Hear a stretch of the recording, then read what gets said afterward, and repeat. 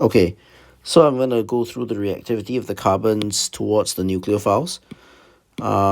So basically, before we begin, just to recap, the reactivity of the carbonyl towards the nucleophile depends on how electron deficient it is.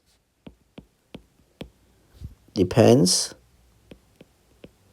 on the electron deficiency of carbon. So the more reactive, more delta positive it is, the more reactive. Okay, now I'm just going to split the paper down into these categories. I guess categories. Yeah, that sounds about right. Okay, and basically I'm going to split these down. Okay, so before I continue, just want to state that we're going to look at this in two factors, and the rest of organic chemistry is going to be like that. So I like to think of organic chemistry as being kind of like, I like to think of it as guys and girls getting together and breaking up all the time. Okay, and so the first factor in organic reactions is electronic factors. Okay, so that's basically how much Riz someone has, or how thirsty someone is, right? And this can further be broken down into inductive effects and steric effects. Okay, so that's that. And then the second effect is steric effects. Now, steric effects is basically you getting cock blocked or not getting cock blocked by the people around you. Okay, so just think of it like that. Okay, so without further ado, let us look at the molecules. Okay, so the first we'll look at is here, right? The aldehyde and ketone groups. Okay, so number one, right? Electronics. So, oh, sorry, not steric.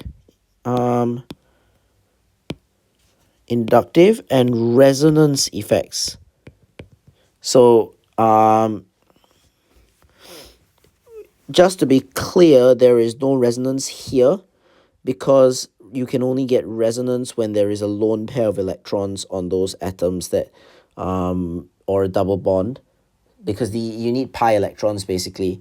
And so if you don't have pi electrons here, you won't have resonance. So we can just consider inductive effects. Now, inductive effects, right? You've only got these R groups, and basically these R groups are mildly electron donating by inductive effect.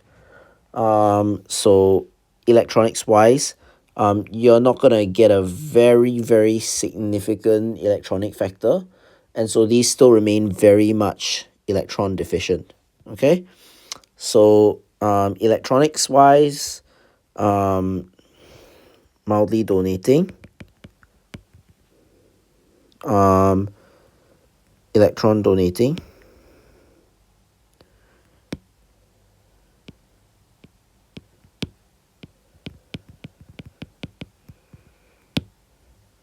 by induction. The R groups, mildly electron donating by induction, so still quite electron deficient. Now, because your aldehyde only has one R group, right? It's gonna have a larger electron deficiency than ketone. Okay. Now, the second factor that you will look at is electronics. Okay, these groups are quite small, so they should be okay. So generally, the approach of the nucleophile is not very hindered, and again, because the aldehyde has a hydrogen versus because your hydrogen is smaller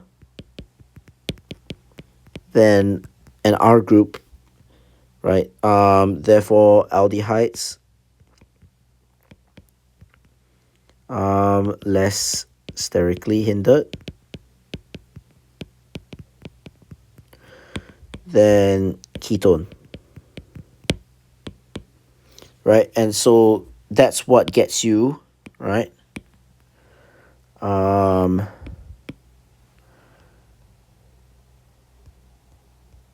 That's what gets you your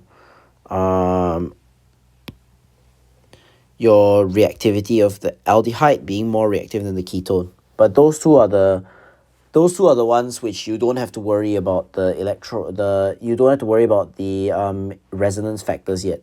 The next few ones we're gonna look at, right, is gonna be where resonance affects your electronics.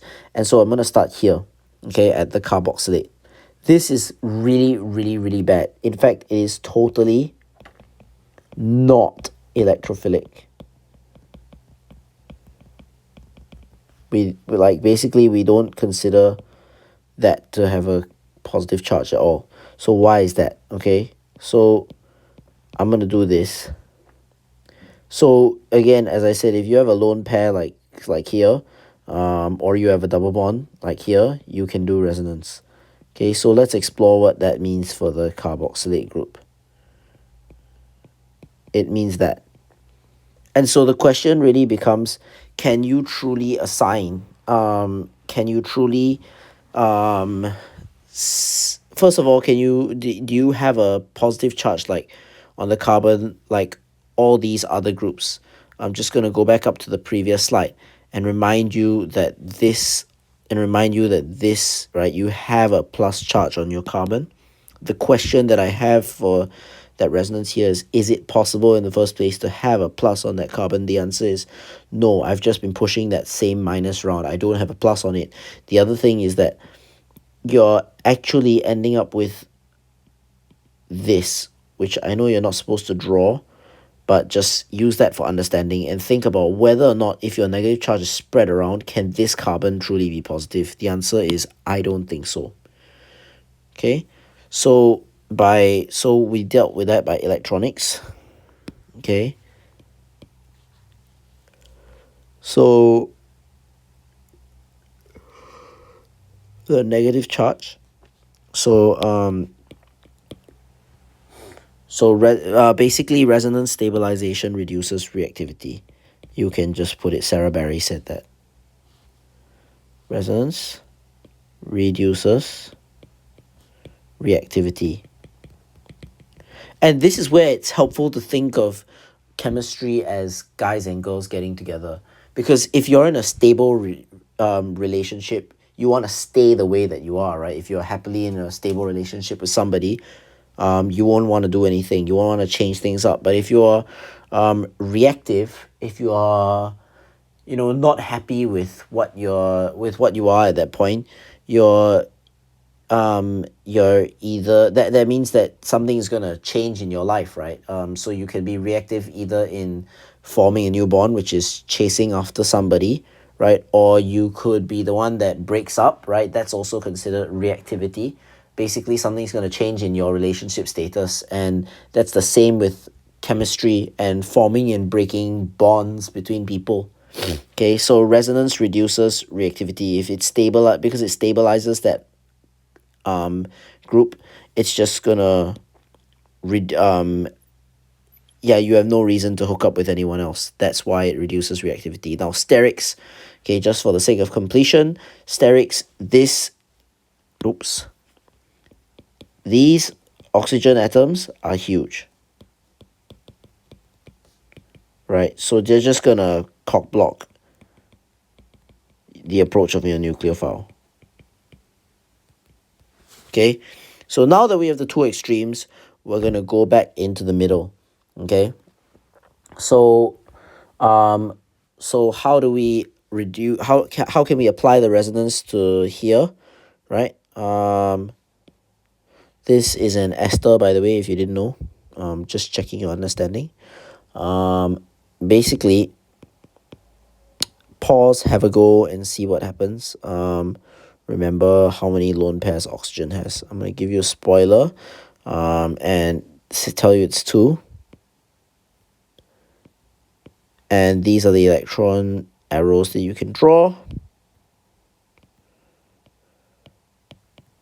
Right?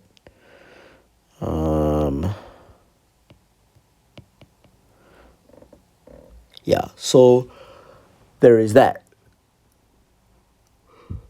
And again, because you can draw this this resonance structure, right? It doesn't actually put the plus charge on the carbon itself, right? It doesn't put the plus charge on the carbon itself. So therefore, you can't, first of all, you can't justify by these structures that the carbon is electron deficient enough.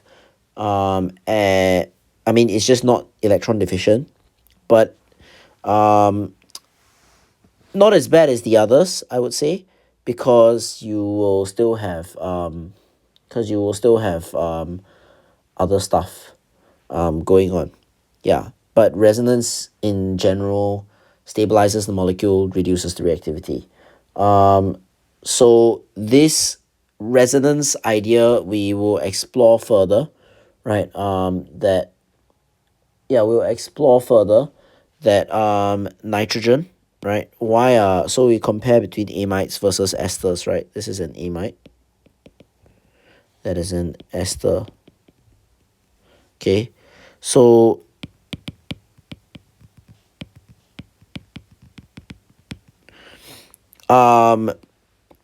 so your amide is able to stabilize a plus charge better than your O. So just remember that. N stabilizes.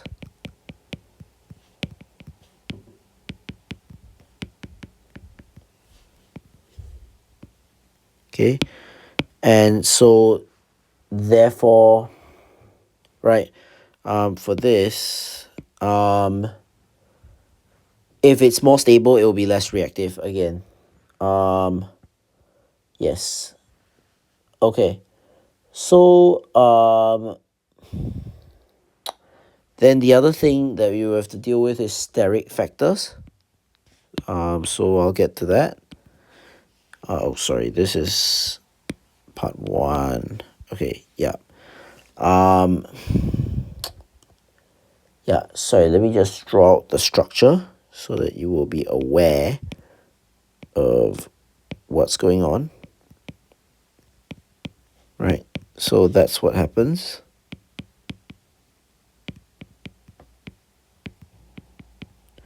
And this N is basically able to stabilize that better than the oxygen. Yeah. So for this, the whole for your so for your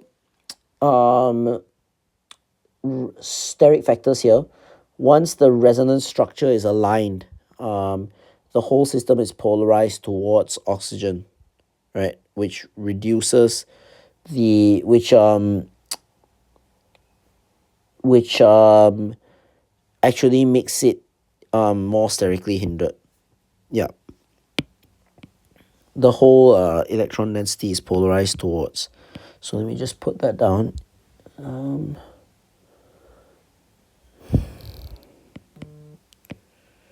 Electron density.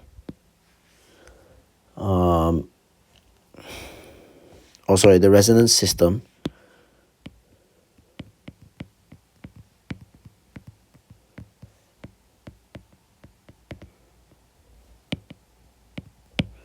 is polarized towards O. Okay. Yeah, so cool. So that's next.